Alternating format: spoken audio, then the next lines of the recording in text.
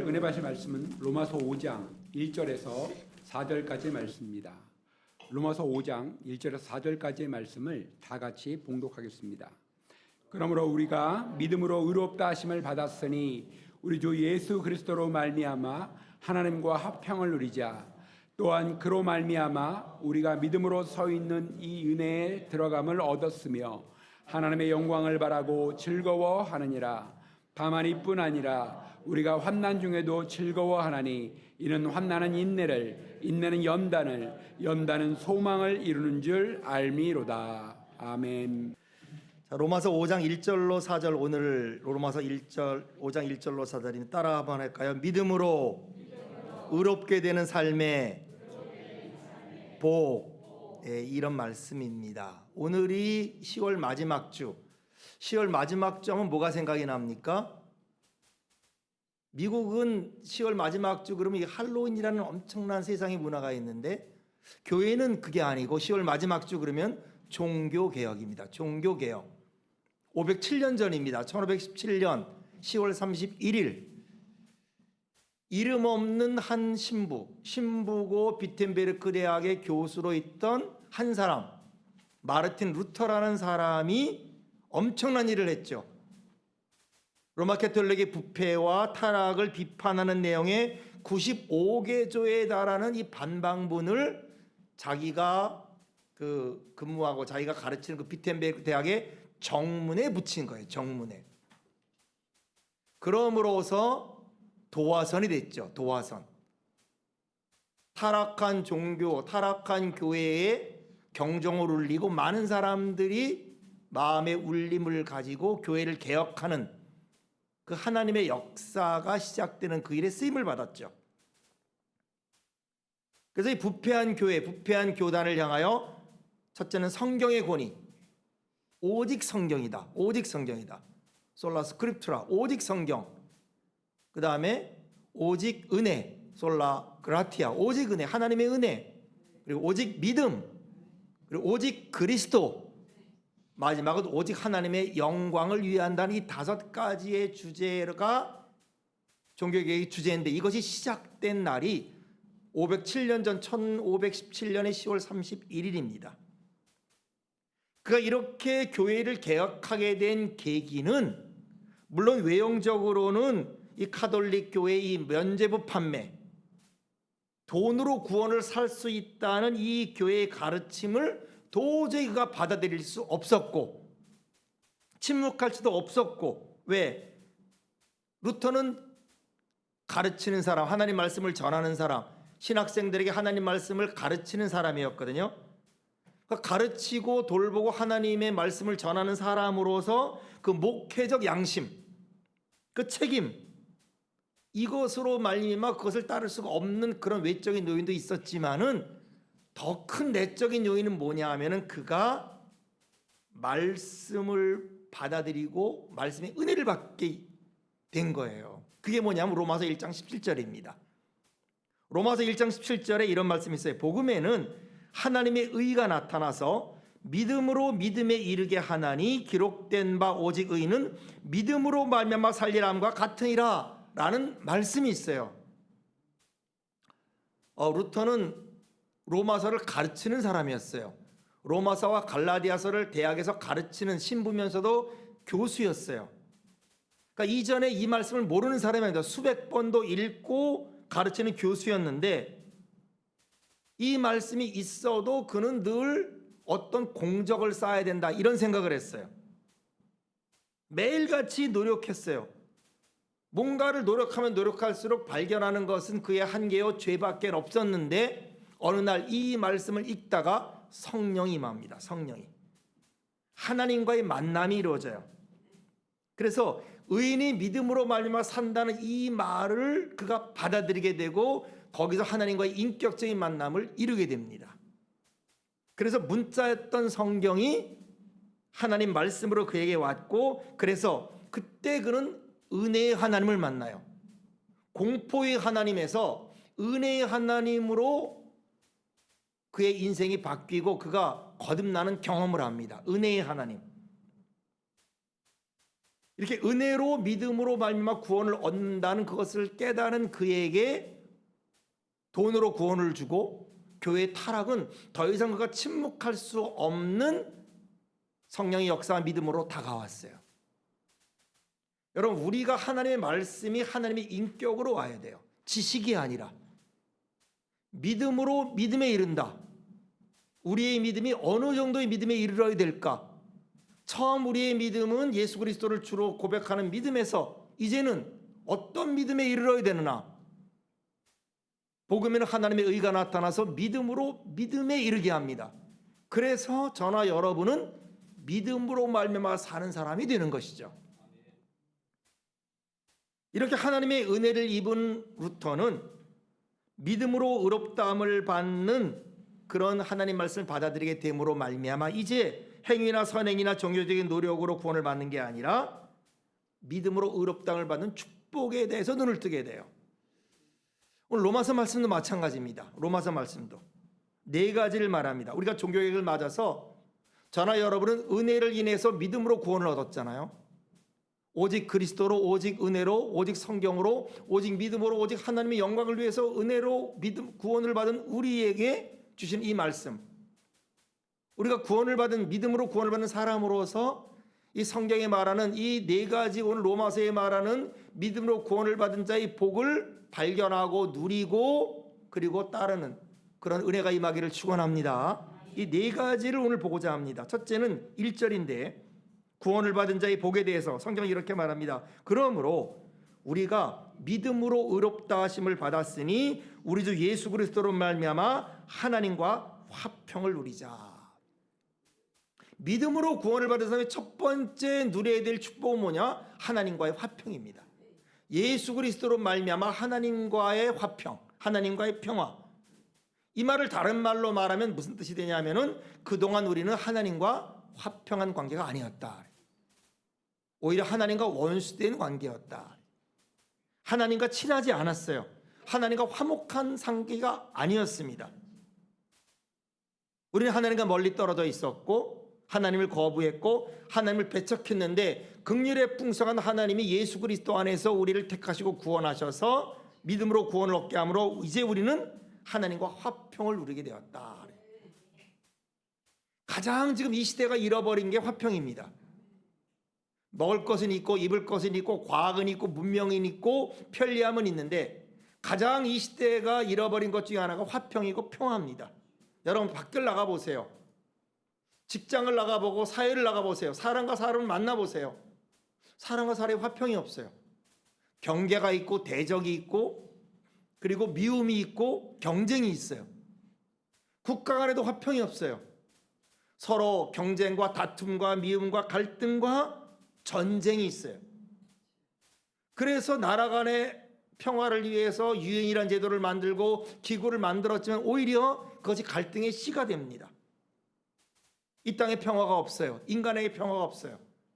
세상에 평화가 없습니다. 가정에도 마음에도 먹을 것은 있어요. 옷은 있어요. 지식도 있고 소유도 있습니다. 성취감도 있어요. 그러나 화평이 없습니다. 평화가 없어요. 여러분은 어떠십니까? 교회에 나온다고 다 모든 사람이 화평이 있고 평화가 있냐? 그렇지 않습니다. 불안한 상태로 나오는 분들도 계세요. 쫓기듯 하면서 지금 이 자리에 계신 분도 있습니다. 여러분은 어떠십니까? 평화라는 게 뭘까요? 전쟁이 없는 게 평화냐? 아닙니다, 여러분. 눌림이 없는 게 평화냐? 아닙니다, 여러분. 전쟁이 끝난 게 평화가 아닙니다. 우리는 평화를 얘기할 때 전쟁이 종식되기를 원하고 그리고 전쟁이 사라지기를 원하지만 여러분 전쟁이 없다고 평화가 아니에요. 성경에 말하는 평화는 그게 아닙니다. 전쟁 중에도 평화가 있을 수 있어요. 교도소에 갇힌 자 중에도 평화가 있을 수 있어요. 온몸에는 착고가 있고 온몸에는 지금 내일 죽을지도 모르는 상태에서 그래서 찬송이 있고 그래서 감사가 있는 거예요. 평화가 있습니다. 안식이 있어요. 믿음이 있습니다. 총알이 날아오는 그 속에서도 평화가 있을 수 있습니다. 내일 부도가 날 수도 있어요. 내일 죽을 수도 있어요. 지금 암이나 병으로 사형 선고를 받을 수 있습니다. 여러 가지 모든 계획이 좌절될 수도 있습니다. 어려운 일, 원하는 일들이 하나도 이루어지지 않을지라도 그 안에 평강이 있을 수 있습니다. 하나님 주는 평화, 하나님과의 화평입니다. 그럼 평화란 뭘까요? 성경에 말한 평화는 무슨 말이냐? 첫째 평화라는 의미는 깨진 것들이 합쳐졌다 이 말이에요.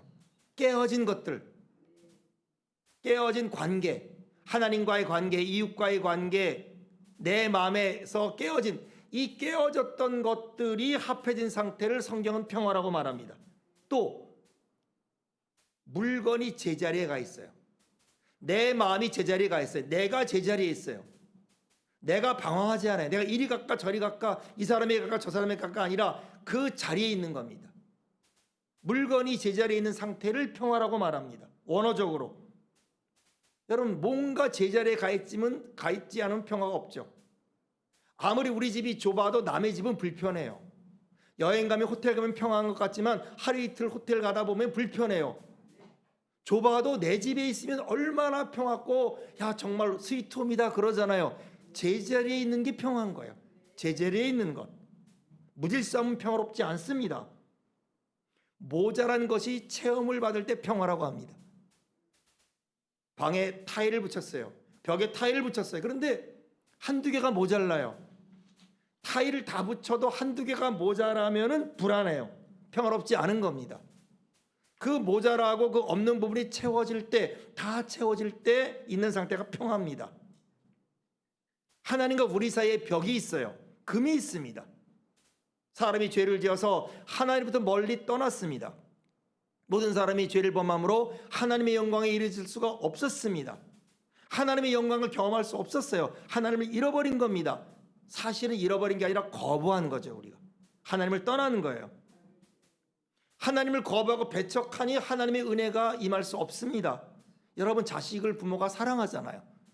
부모가 자식에게 모든 걸 주기를 원하잖아요. 다 주고 싶죠. 밥도 주고 먹을 것도 주고 다 주고 싶은데 자식이 거부합니다. 가출했어요. 나가버렸어요. 부모가 줄 수 없어요. 주고 싶어도 줄 수 없습니다. 무능해서 못 주는 게 아니죠, 여러분. 하나님 무능해서 우리에게 응답하지 않는 게 아닙니다.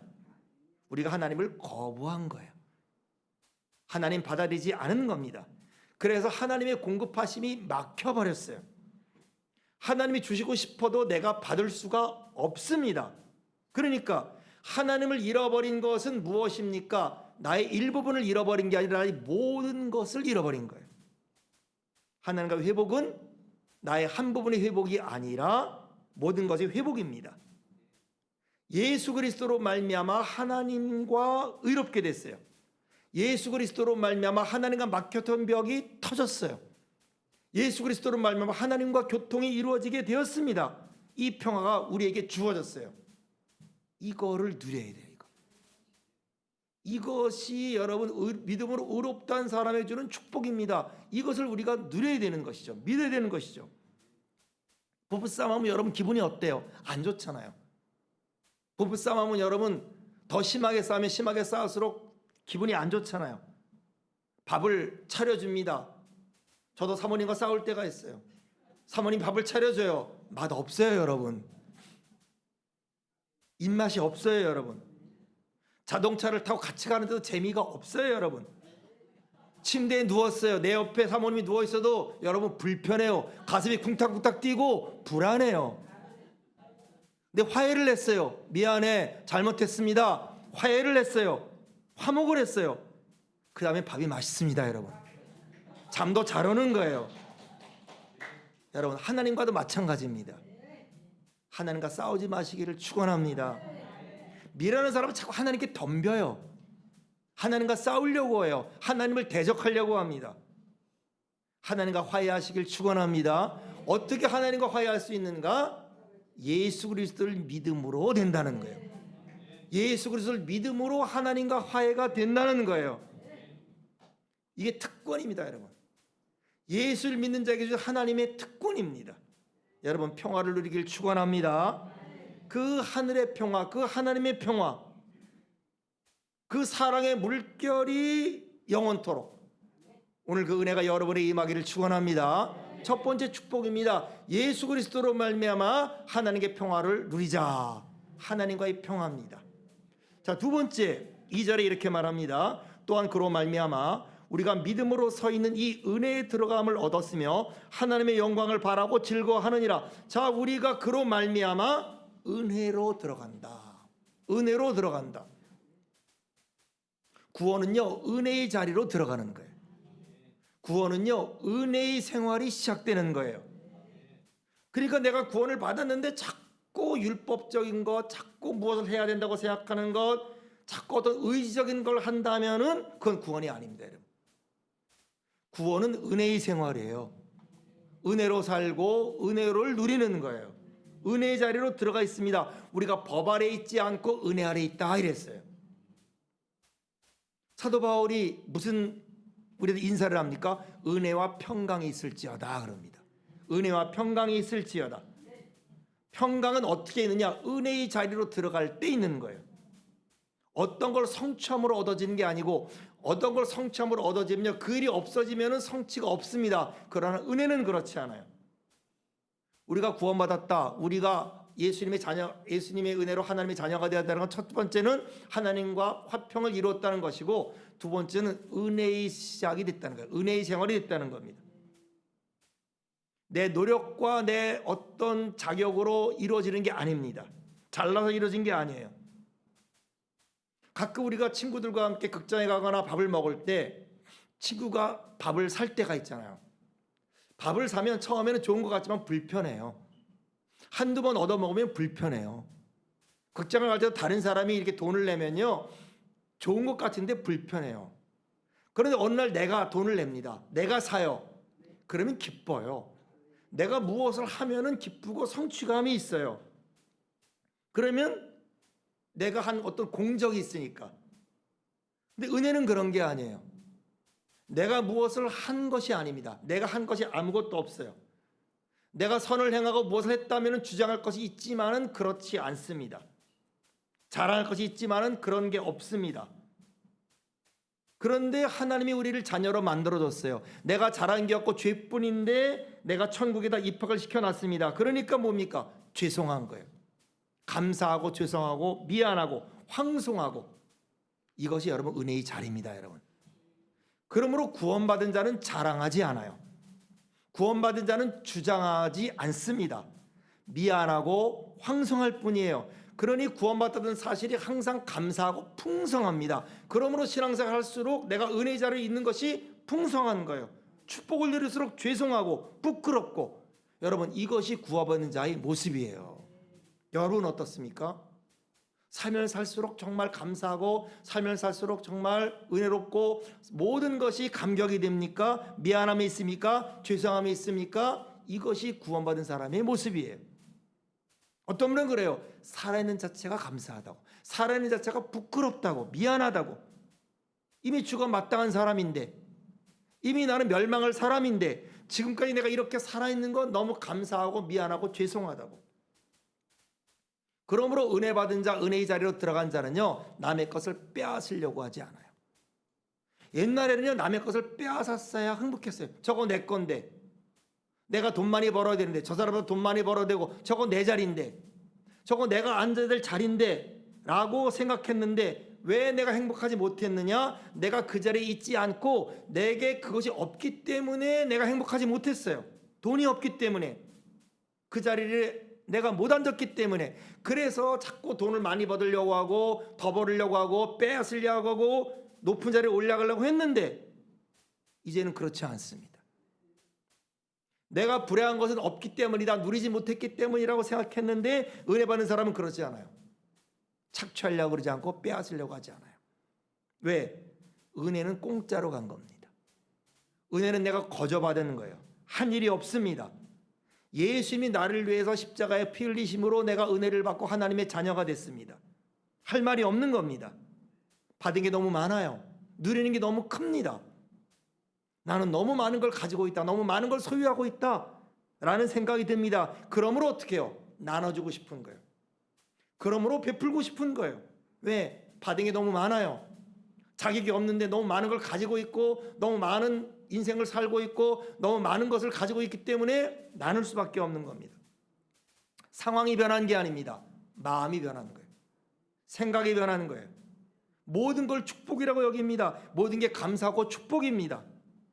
하나님 그래서 이렇게 해요. 주님 정말로 오래 살았습니다. 나 참 오래 살고 너무 오래 살았습니다.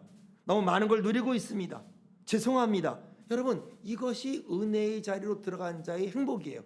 은혜의 자리로 들어간 자의 삶입니다. 나 같은 죄인 살리신 하나님의 은혜가 너무 감사하고 잃었던 생명을 찾았고 광명을 얻었고, 그러니 주여 내가 이 빚을 내가 누구에게 어떻게 갚아야 되겠습니까? 이 사랑을 어떻게 갚을 수가 있겠습니까? 여러분, 이것이 은혜로 자리로 들어간 자의 행복입니다. 누리시기를 축원합니다. 이것이 구원받은 사람에게 두 번째 축복입니다.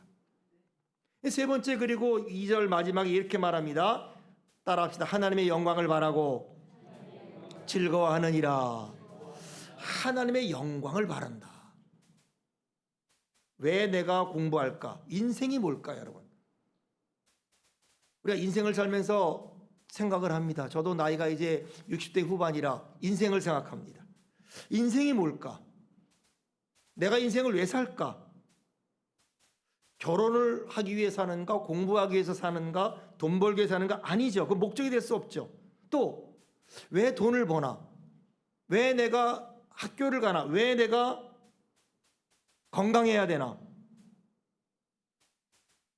그전에는 내 인생의 목표가 오래 사는 거였어요. 건강해 사는 거였어요. 돈 버는 게 목적이었어요. 또 어떤 사람은 조금 더 높은 이상을 가지면은 국가를 위해 살고 인류를 위해 살고 뭐 그런 더 높은 이상도 있지만, 또 가난하고 병들고 소외된 사람을 위해 헌신하고 사는 것도 아름다운 삶이지만 그건 과정입니다. 목적이 아니에요. 그 자체가 목적이 될 수 없습니다. 우리가 잘 살고 우리가 오래 사는 것 좋은 일입니다. 나쁜 일 아닙니다. 여러분 잘 살고 오래 살게 되기를 축원합니다. 그러나 거기에 인생을 걸면은 불행한 거예요. 그를 위해서 내가 잘 살고 내가 건강하고 오래 사는 것이 목적이 된 사람은 불행한 삶이에요. 우리의 목적은 뭡니다. 하나님의 영광을 바라는 거예요. 하나님의 영광을 생각하는 거예요. 우리가 하나님의 영광을 누려야 돼요. 하나님이 우리에게 인생을 살 때, 인생을 줄 때 우리 하나님의 복을 주셨어요. 하나님의 복을 주고 하나님의 영광을 알게 했어요. 이 하나님의 영광을 알고 누리는 삶보다 위대한 삶이 없습니다.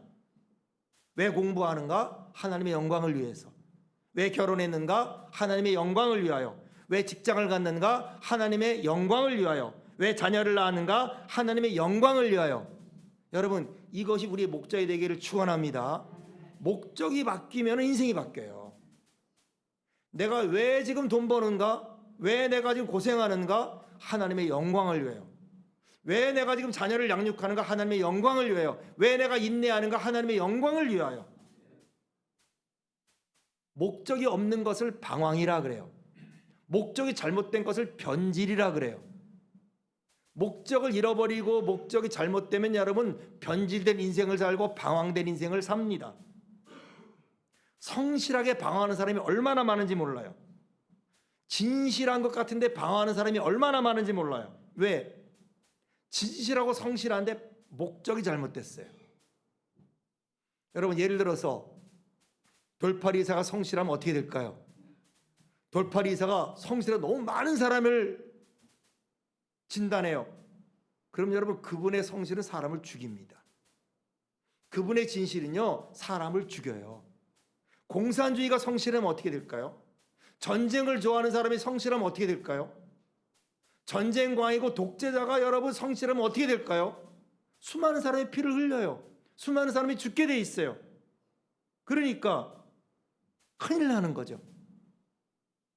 성실도 중요하고 진실도 중요하지만 목적이 중요해요. 하나님의 영광을 위하여. 하나님께 영광이 되는 목적을 위해서.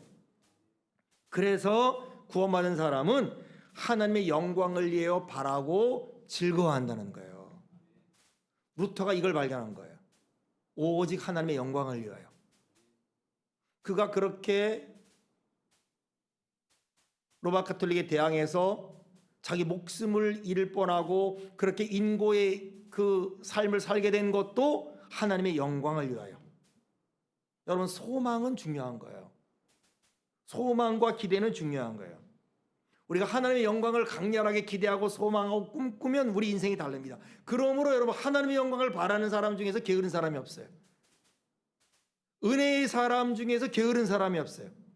게으른 사람은 그리스도인이 아닙니다, 여러분. 나태한 사람이 아닙니다, 여러분. 그냥 레이지하게 이렇게 저렇게 그냥 허송세월하는 사람이 아닙니다. 여러분, 불을 가진 사람은 그렇게 살 수가 없어요.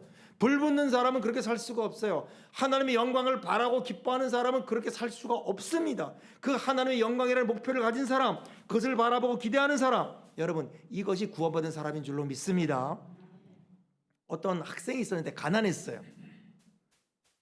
공부를 하는데 등록금이 없습니다. 돈이 없어요. 아르바이트를 합니다. 열심히 모아서 일을 하는데 모자라요. 어떻게 해요? 더 일하겠죠. 공사장에도 나가고 뭐 쿠팡 배달도 하고 등록금을 모으는 거예요. 등록금을 위해서 일하는 거죠. 하나님의 영광을 위하는 삶이 그런 삶입니다. 하나님의 영광을 위해서 돈을 모으고 하나님의 영광을 위해서 내가 일을 하고 하나님의 영광을 위해서 낭비하지 않고, 등록금을 위해서 열심히 일하는 사람이 낭비하지 않아요. 옷 사지 않아요. 아니면 뭐 구두 사지 않아요. 열심히 모으는 거예요. 다른 데 쓰지 않아요. 자꾸 모읍니다. 등록금을 대기 위해서 모으는 거죠. 하나님의 영광을 낸 사람이 그런 거예요. 다른 데 쓰지 않아요. 더 모으고 더 우리가 열심히 일하는 것은 하나님의 영광을 위해서, 아낌없이 그 영광을 위해서 내가 모으고 내가 씁니다. 재산과 시간과 열정을 하나님의 영광을 위해 쓰는 거예요. 그 바라보고 그리고 기뻐합니다. 그래서 은혜 받은 자, 하나님의 영광을 위해 사는 사람은요, 말려도 합니다. 월급 준다고 하는 사람이 아닙니다. 안 줘도 일해요. 병들어도 일합니다. 그런 사람이 말해요. 얼마나 힘듭니까? 얼마나 고생이 많습니까? 그럼 무슨 말입니까? 힘들다뇨. 하나도 안 힘든데요. 기쁘게 하는 건데요. 감사하게 하는 건데요. 밤새고 하고 싶다 그래요. 이거 일하다 그냥 죽고 싶다 그래요. 죽어도 여기서 죽겠다는 거예요.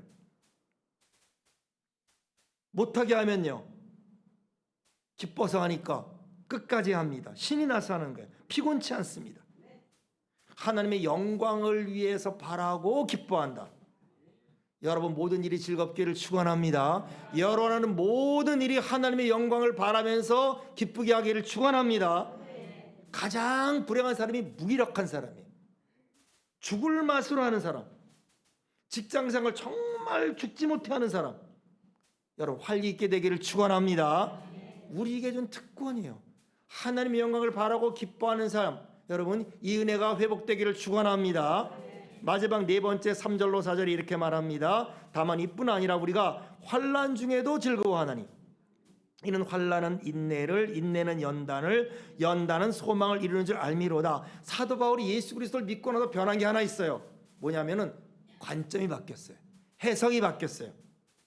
환난이 뭐가 됐느냐? 소망이 되더라고 말이에요. 환난, 상황의 고통, 환경의 고통, 육체의 고통. 그는 엄청난 환난을 받았어요. 그가 받는 환난을 고린도 교회 편지할 때 이렇게 씁니다. 고린도서 11장 23절 27절에 자기가 겪은 수많은 환난을 이렇게 말합니다. 내가 수고를 넘치도록 했다. 내가 옥에 갇히기도 더 많이 하고 매도 수없이 맞고 여러 번 죽을 뻔했다.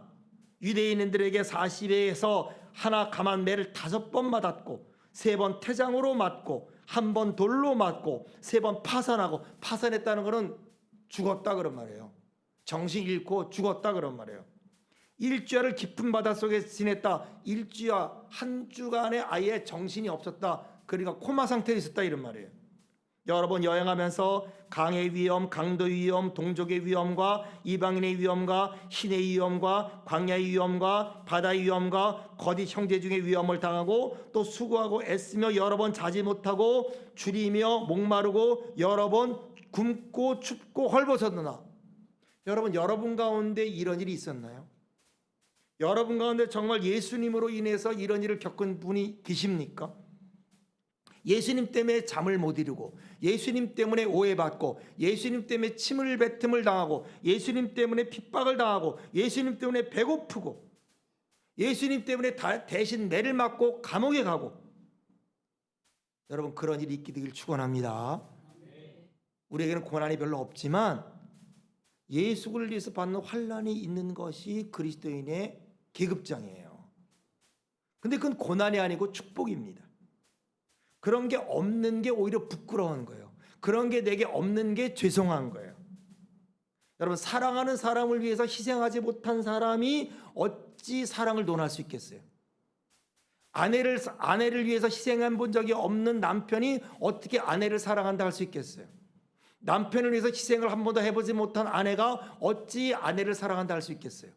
자녀를 위해서 한 번도 희생을 해보지 못한 부모가 어찌 자녀를 사랑한다 할 수 있겠습니까? 사랑하는 사람을 위해서 희생을 하지 못한 사람은 사랑을 한 게 아니에요. 해본 적이 없죠. 그저 나밖에 없는, 자기 자신밖에 없는 거죠. 불행한 사람이에요.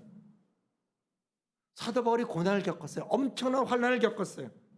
돌에 맞아 정신을 잃고 죽었어요. 사람들이 죽은 줄 알고 그를 쓰레기장에 버렸어요. 성 밖에다 내다 버렸습니다. 그런데 다시 깨어났어요. 다시 깨어나서 살게 됐어요. 그런 일이 한두 번 아닙니다. 돈을 벌다 그런 게 아니라, 사업하다 그런 게 아니라 예수 그리스도를 위해서 이렇게 환난을 겪으면서 배우게 된 게 뭐냐? 환난이 죽지 않는다는 거예요. 죽을 것 같은데 죽지 않는다는 거예요. 망할 것 같은데 망하지 않더라는 거예요. 그래서 환난은 뭐를 낳았다? 인내를 낳더라. 여러분 환난을 통해 인내를 경험하시길 축원합니다. 죽을 것 같았는데 안 죽더라. 죽은 줄 알았는데 살아나더라. 이것을 배우는 거예요. 이것을. 그래서 환난은 뭐를 낳았다? 인내를 낳았다. 또 그런 인내 가운데 있다 보니까 어떤 일이 생겼느냐? 나도 모르는 가운데 인내 가운데 그런 삶을 살다 보니까 불순물이 없어지더라. 불필요한 게 사라지더라 이 말이에요. 여러분 우리가 여러 가지 일로 환난을 겪으면서 그것이 인내로 하나씩 하면 어떤 일이 생기냐면요. 불필요한 것들이 떨어져 나가요. 내가 여러분 알지 모르게 우리는 불필요한 것들이 많아요. 여러분 우리에게는 군더더기들이 참 많아요. 정말 저희에게 살면 살수록 쓸데없는 것들이 너무 많아요. 우리 가운데. 그걸 많이 끼고 삽니다. 우리 가운데 우리 몸에 없어져도 돼요. 오히려 없는 게 나아요. 띄어져도 괜찮을 게 많습니다. 이런 많은 것들을 붙이고 삽니다. 그런데 하나님이 그걸 띄워주니까 인생이란 게 뭐냐면 갈수록 나이가 먹을수록 어떻게 그렇게 원하는 젊음도 없어져요. 힘도 없어져요. 그때는 젊음이 없으면 죽는 줄 알았어요. 힘이 없으면 죽는 줄 알았어요. 아닙니다, 여러분. 정말 필요하지 않은 것, 정말 필요한 것을 지금 남은 것들이 하나씩 떼어져 나가는 게 인생인 것 같아요. 그 기억력, 그 똑똑함, 그 총명함 하나씩 사라지는 거예요. 인생이 그런 겁니다. 없어도 되는 것, 반드시 있어야 될 것만 남고 없어야 될 것이 하나씩 떨어지는 것이 인생이 아닌가 싶어요. 그래서 결국은요. 정말 중요한 것만 있게 되는 거예요. 정말 있어야 될 것만 남는 겁니다. 이렇게 연단이 될 때 환난과 인내는 뭐를 낳느냐? 연단을 낳습니다. 사람이 정리되는 거예요. 불 속에 있는 영광로처럼 정리되는 거예요. 하나씩 녹아지고 불순물이 사라지는 겁니다. 매 맞고 다치고 깨지고 병들고 환난을 겪으면서 이런 수많은 작업을 하면서 그런 것들을 배워나가는 거예요. 연단이 됐을 때 뭐를 보느냐? 소망을 봅니다. 영원한 소망을 봐요. 하나님 나라를 봐요, 여러분. 못 보던 것들을 보는 거예요. 그 소망에도 눈을 뜹니다. 그러면 인생이 이런 것이구나. 결국 이것만 남는 거구나. 이것만이 내가 영원히 가져야 될 것이구나. 중요한 건 이런 거구나. 가치는 이런 거구나. 여러분 그것이 구원받은 자의 삶인 줄로 믿습니다. 그러므로 우리에게 소망이 있어야 돼요. 그 소망을 얻기 위해서 성령이 우리 가운데 부음받습니다. 그 성령은 우리의 삶을 정리해주고 불필요한 것을 없애면서 우리를 연단시켜서 하나님의 자녀가 되게 하는 줄로 믿습니다. 여러분 구원받은 사람입니다. 생각해야 돼요. 정말 나는 구원받은 사람인가? 정말 나는 하나님의 은혜로 믿음의 사람인가, 믿음으로 구원받을 사람인가? 첫째는 뭡니까? 평화를 누리기를 축원합니다. 전쟁이 중요하기도 하고 어떤 환란이 중요하기도, 어려움이 중요하기도 하겠지만 그게 중요한 게 아니에요. 믿음은 평화가 있어요. 믿음은 하나님과의 평화가 있어요. 감옥에 가도 평화가 있고, 총탄이 날아가도 평화가 있고, 그리고 내일 죽는다 할지라도 평화가 있습니다. 여러분, 하나님과의 평화를 회복하시길 축원합니다. 두 번째는 뭐예요? 은혜의 생활이에요. 은혜의 자리로 들어가기를 축원합니다. 은혜 자리로 들어가는 사람에게는 초조함이 없어요. 은혜 자리로 들어가는 사람에게는 남에게 빼앗으려고 하는 그런 것이 없습니다. 감사하고 기쁘고 죄송하고 나눠주고 싶고, 그 다음에 하나님의 영광을 바랍니다. 모든 것이 하나님의 영광을 위해 바랍니다. 그러면서 어떻게 되느냐? 환난은 인내를 낳고, 인내는 연단을 낳으면서 연단은 소망을 낳아요. 그렇게 필요하고 중요하다고 생각하는 하나하나 없어지면서 우리는 불순물이 없어지고 정말 중요하고 정말 영원한 것만 남으면서 진정한 소망의 사람이 될 줄로 믿습니다. 믿음은 그런 것이에요. 구원은 이런 것입니다. 여러분, 하나님의 영광이라는 분명한 소망을 갖기를 축원합니다. 그리고 지금의 모든 환난이 변하여서 연단이 되고 천국의 소망 되기를 축원합니다.